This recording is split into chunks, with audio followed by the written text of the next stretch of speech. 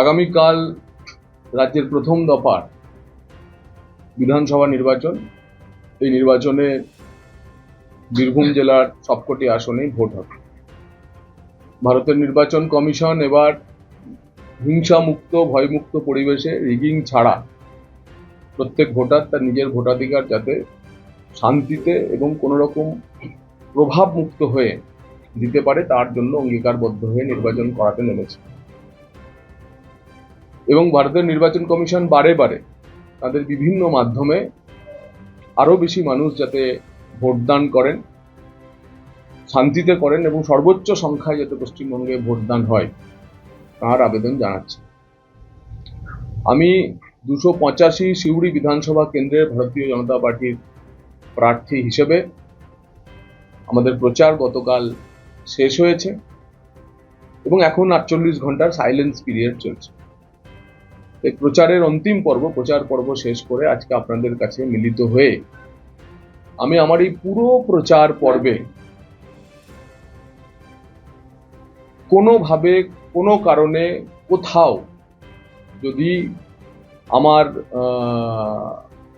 প্রচার নিয়ে কারোর অসুয়া থাকে, অনেক সময় প্রচারের ক্ষেত্রে আমরা আমাদের প্রতিপক্ষকে আক্রমণ করি, প্রতি আক্রমণ হয়, তার জবাব দেওয়া হয়।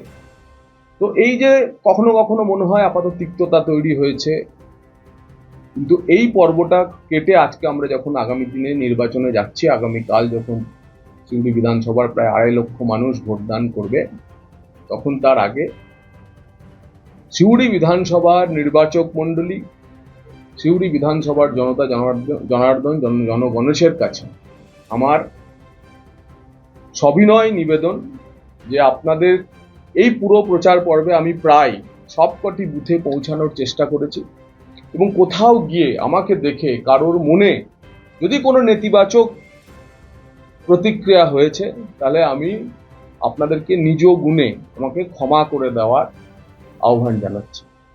আমি অত্যন্ত বিনয়াগত হয়ে বিনম্র চিত্তে আপনাদের কাছে আগামীকাল ভোটে ভারতীয় জনতা পার্টিকে ভোট দেওয়ার জন্য আবেদন জানাচ্ছি। যারা আমাকে পছন্দ করছেন না তাদেরকেও বলছি যে মনে রাখবেন যে এবারের নির্বাচন পশ্চিমবঙ্গকে বাঁচানোর নির্বাচন। এবারের নির্বাচন যে কোনো মূল্যে একটি অরাষ্ট্রীয় শক্তিকে পরাস্ত করে একটি রাষ্ট্রবাদী সরকার প্রতিষ্ঠার নির্বাচন।